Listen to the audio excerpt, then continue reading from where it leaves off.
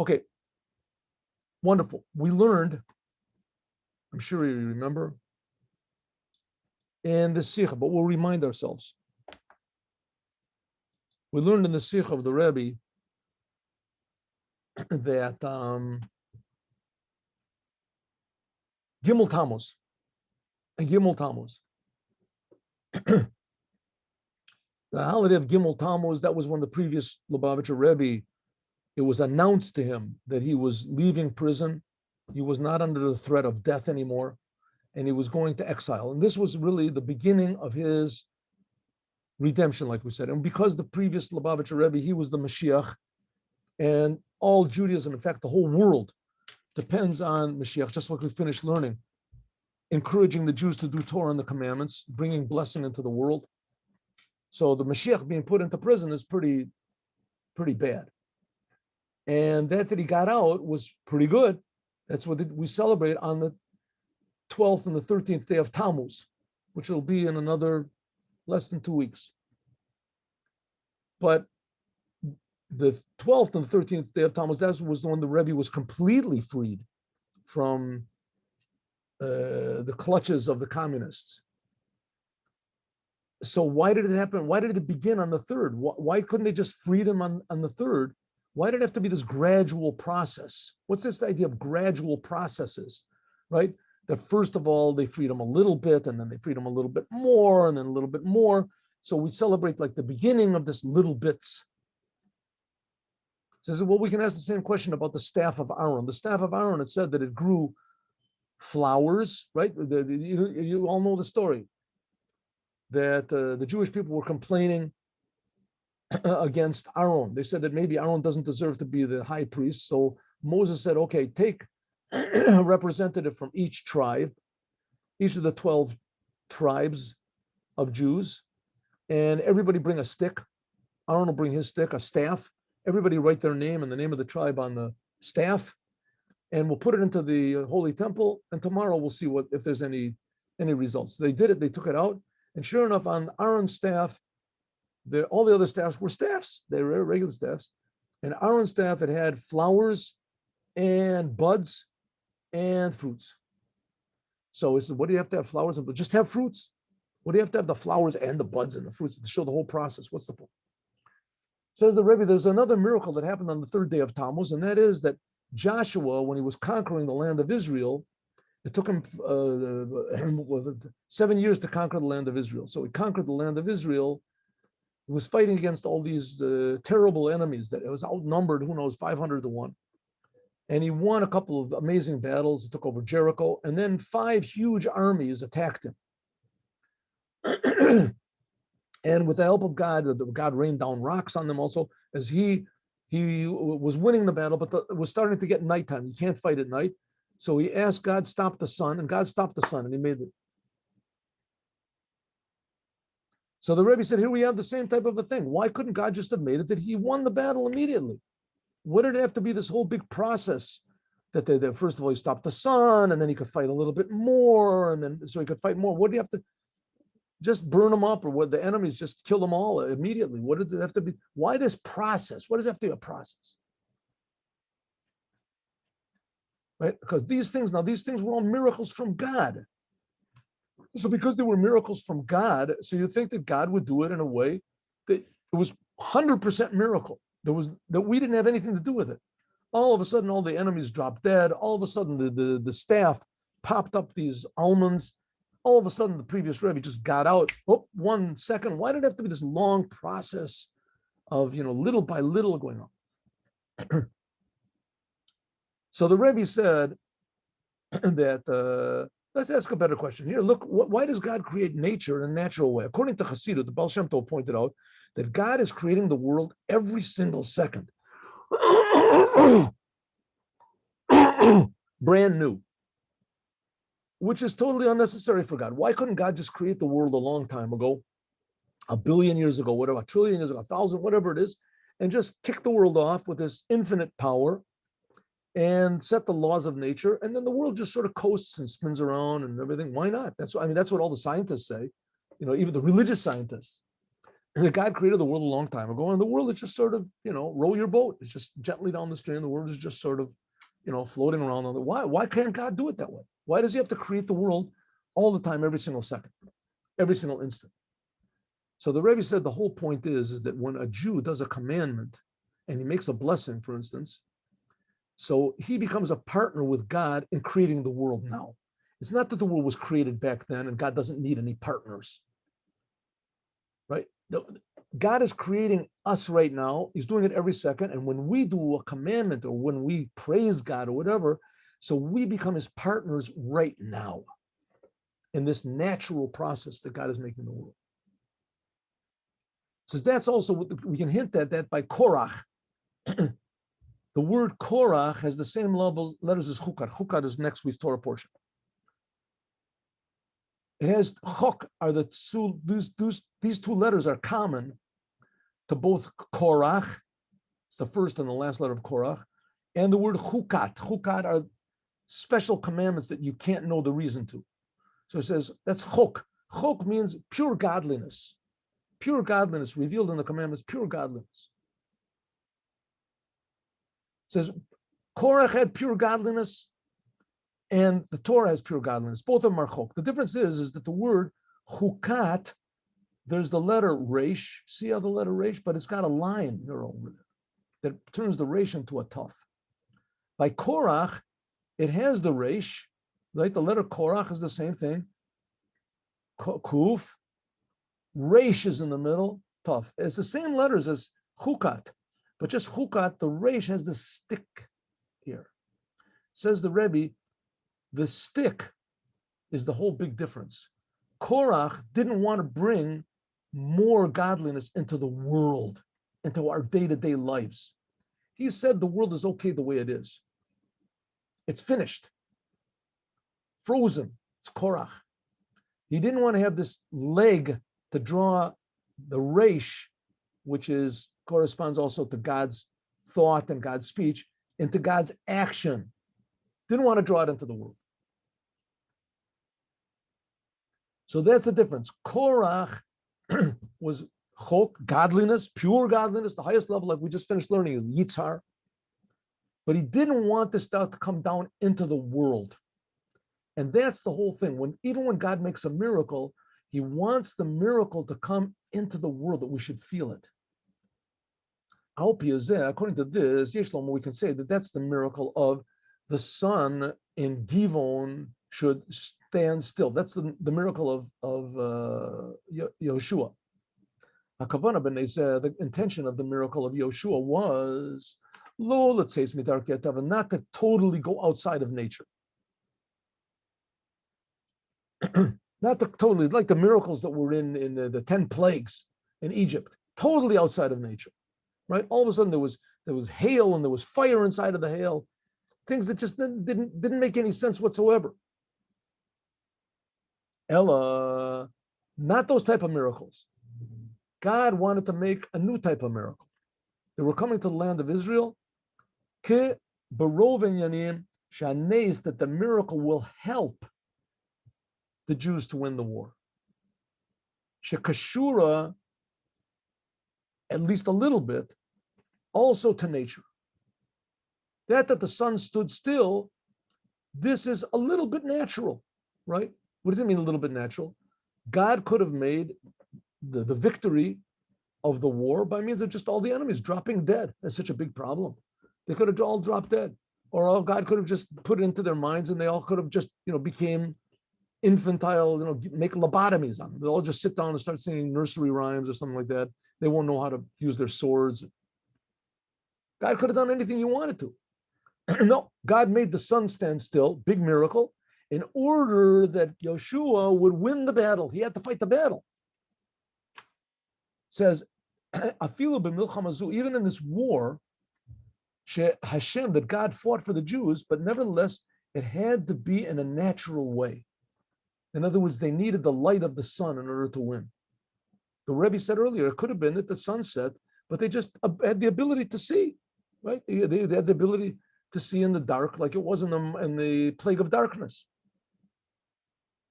Therefore, Therefore, the miracle was not a miracle that totally defied nature.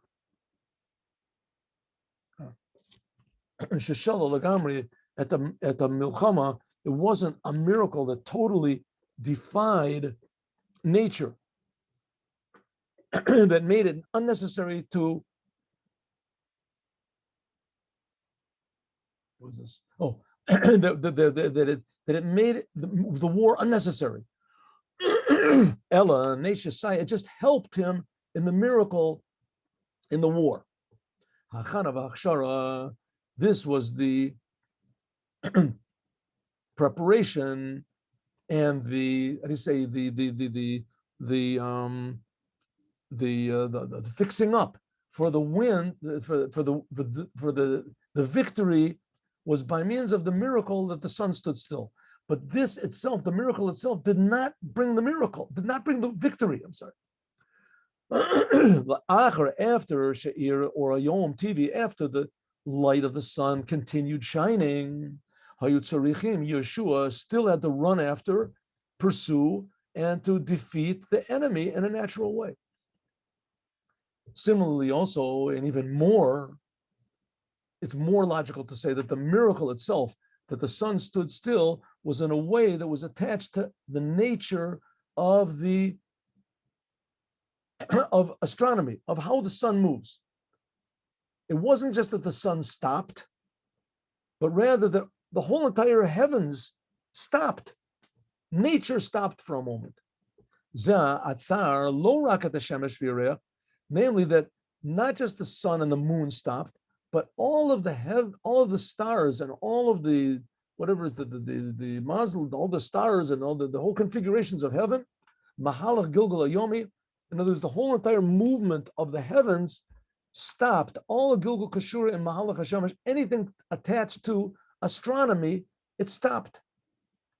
According to what it says in Chassidus, that when Joshua said,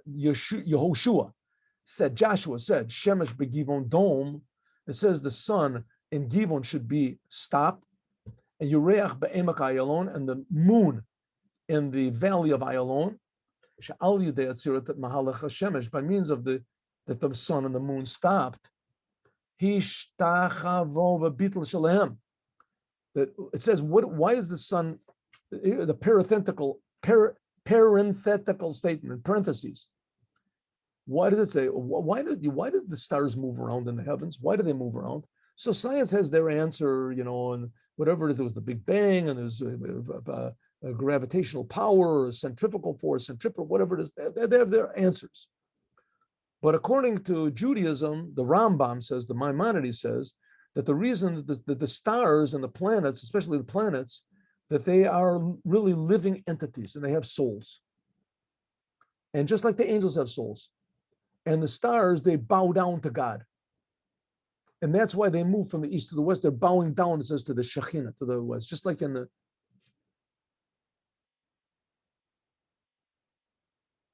in the Holy Temple, it says that you went in from the east, you went toward the west.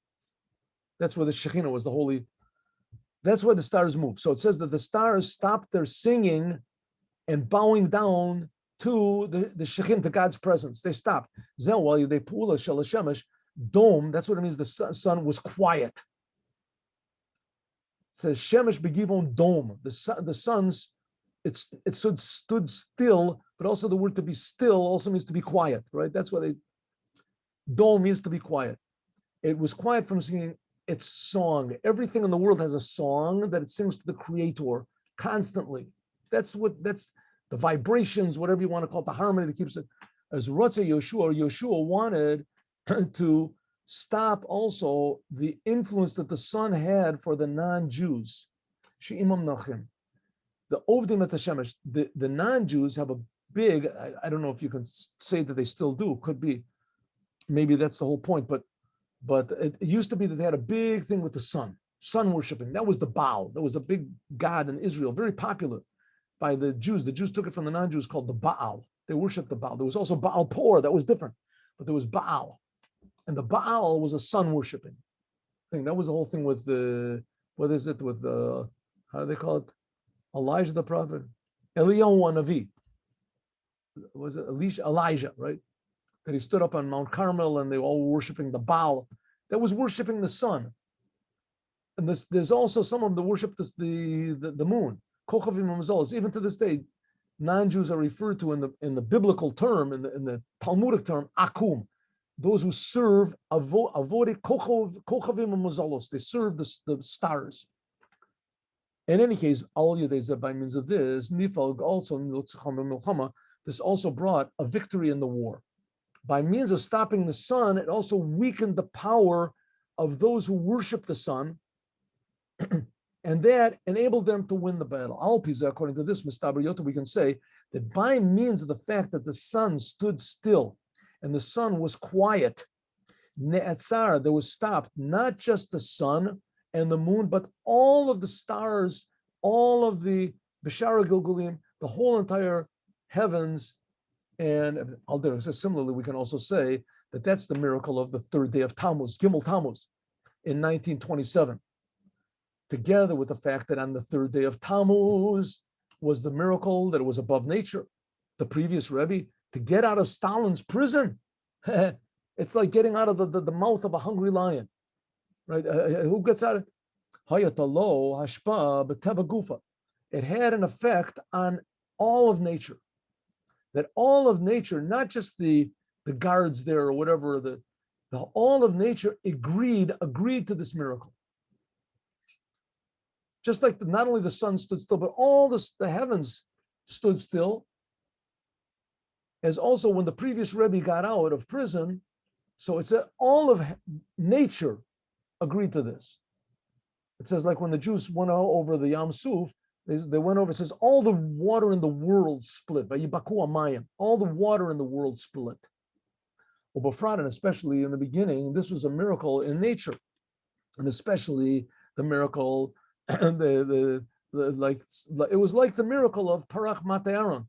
Like the staff of Aaron grew up flowers and almonds. That it grew up in a natural way. And the sun stopped. It was a natural thing. The sun never stopped before. Also, a staff never grew in one day. All of a sudden, fruits and flowers in one day. But still, that's the natural process of things. And the same thing with the sun. The sun, it moves, so it stopped moving. Those people that put the Rebbe into prison, they themselves, when they were still powerful, they had these people, the Yevtzeksia people, the Jews, to put the Rebbe into prison, and they wanted to have him killed. But in the end, they themselves had to help him. They had to help him to get out finally in the end. And this is a lot later. When the Rebbe left, the previous Rebbe, when he left Russia, and he had to leave Russia because they were running after him, they still wanted to put him back. So he said, but the world had a tremendous pressure on the Russian government, and the Russian government was trying to keep their reputation in the world as an open country, as a liberal country. So they were forced to let the Rebbe go. So the Rebbe said, "I'm not leaving without all my books." So they said, "It's ridiculous, either you leave or you're not, or you'll stay here forever." So he says, "I'll stay." So he says, "Listen, in order to check your books, it's going to take months, years. And maybe there's books that are forbidden that we can't let them out." He says, "Okay, I'll wait." So they just put all the books, stamped all the books, put all the books in cartons, and sent them all out with the Rebbe. So they helped him to get out. Yeshlama, we can say, Shalochim, therefore, this miracle did not come at once of the third day of Tammuz. Ella chalak l'shlavim, but it came in different times. According to the Tzad Neged, the communist power party, which was in force. I mean, it could be that in the 20s, I don't know history, especially not Russian history, but it could be that in the 20s that the party was in its highest power. There were these big purges that Stalin made, where he killed hundreds, thousands of high officials and everybody. Eventually, he killed millions of people. In any case, the Communist Party was in its, and the people loved him. He was killing their fathers and mothers, and the people loved him. They revered him. She'em mitzad matzavam tivam yagiu, that the Russian people, or the communist government, they themselves would come to their own conclusion that you have to free the Rebbe. So we see it wasn't just that one official or that Stalin himself said, that the whole entire, it's like this, like just not the sun stood still, but the whole heaven stood still.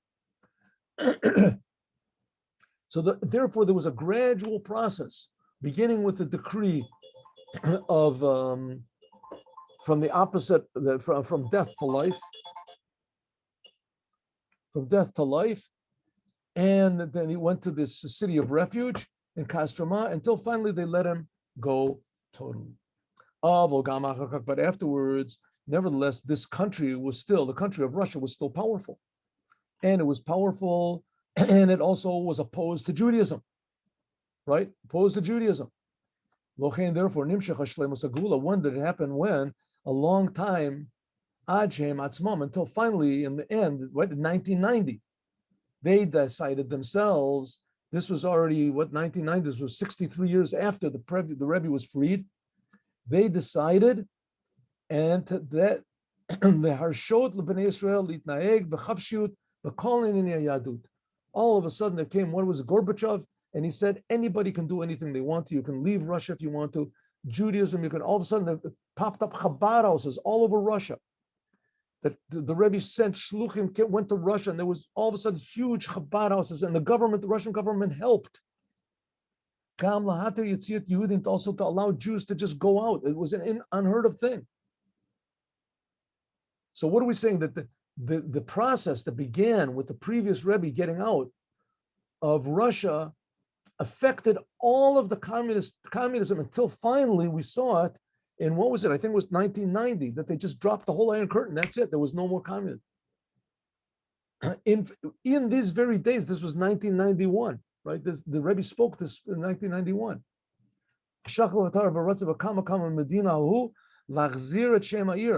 To even take the city, which was called the city, which was called Leningrad. Leningrad was the change. That's where the previous Rebbe was imprisoned. Also, Leningrad. That's where the previous Rebbe was put into. They wanted to change this name back to what it was in the beginning, Peterburg. Peterburg was the name of the city at the time when the first Lubavitcher Rebbe was put into prison, and it was on the name of the Tsar. Hashem HaTzorer Kora Lo B'Zman Binyat Ha'ir Shemetzag Hepech HaGamor Mi'HaKommunistin. This was the name that was given to the city, at that time the Russian government, that they were also opposed to Judaism. But on the other hand, what did they call the city? They called it Saint Petersburg. Saint Petersburg, the Saint Peter. In other words, a religious name, even though it's not a Jewish name, and it's idolatry, but still it's the opposite of communism. Communism said no God, no religion, nothing. So now they're thinking of changing the name, and they did. They changed the name back. It's not called Leningrad anymore. It's called Petersburg. Petersburg. Begam also, even in the time when under the Tsar, they also hated Judaism. But this doesn't reach in any way the Tsar. Is true, he was very against Judaism. They made a lot of trouble. They tried the Kantonistim, they tried to make all the Jews, the children, they took the Jewish children into the army at the age, some of them at the age of 5, and they beat them and tortured them so that they would accept the Russian Orthodox religion. They tortured, it was terrible. And they hated Jews, the Russian people, not just the Russian people in general, but there was tremendous anti-Semitism in Russia. But nevertheless, it was absolutely nothing compared to what the communism was. To the degree that it says that the first Rebbe of Chabad, he helped, Napoleon was like communism. Napoleon was totally anti-God. Napoleon thought that he was God. He was anti-God. The first Rebbe, all the Jewish leaders were in favor of Napoleon because he said there'll be freedom. The first Rebbe of Chabad was totally against the point. He sent spies against Napoleon. He said, if Napoleon wins, it'll be great for the Jews physically, but spiritually, it'll be a catastrophe. So the first Rebbe of Chabad actually helped the Tsar. They even had a certificate that he was that all of the relatives of the first Rebbe of Chabad were how do you say, honored citizens for all generations that worked until the Communist Party came. The Yeshlom, we could say, the Shakla Batari Ratzon, just this whole idea to bring the city back from Leningrad to Petersburg. This shows even in a more revealed way what happened when the previous Rebbe got out in Yud Gimel Tammuz. He put a crack in the Iron Curtain. He put a crack. And just the same thing as Aaron's staff, it was a little bit, right? It grew up a little bit. And the same thing, the sun stood still for Yeshua. It was just the beginning of the miracle. But it's a miracle that had tremendous effects. And here we see that the previous Rebbe's had maybe the biggest effect. A gula klalis of all the Jewish people from all of the opposition that there is, especially in this country. So if that started, and also the fall of Russia, that's also only the beginning. That's also not the final thing. The final thing is that all opposition to Judaism, to Hasidut, to Hashem, especially the Hasidut and the Rebbe, that all the opposition will transform itself into help. That's going to be the idea of the future revelation, that the future redemption, that everything that's concealed will be revealed. And this we're going to have to continue, God willing, tomorrow, Friday. There will be a class on Friday at 8:15, and there'll also be a class today at 3 o'clock. At 3 o'clock, there'll be a class in Chumash. But let's do the Hayom Yom today. I don't think today there'll be a story. That was a test yesterday, trial. One should, at the end of the week, you should review the whole Torah portion. Read every sentence twice and read the Targum Onkelos once. Go sentence into the Torah portion. That's called Shtayim Mikra Vecha Targum.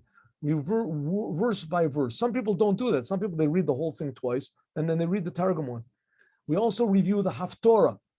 And if there's two Haftorahs, then we read, or if there's a Haftorah that's pushed away by a holiday, then we read all the Haftorahs that are relevant. The Alter Rebbe, once he answered a young genius, a Torah scholar that was famed for his intellectual gifts, tremendous memory, tremendous power of discerning and Torah and learning. And he said like this: spiritual and physical, the spiritual and the physical are opposites. Right? Are opposites.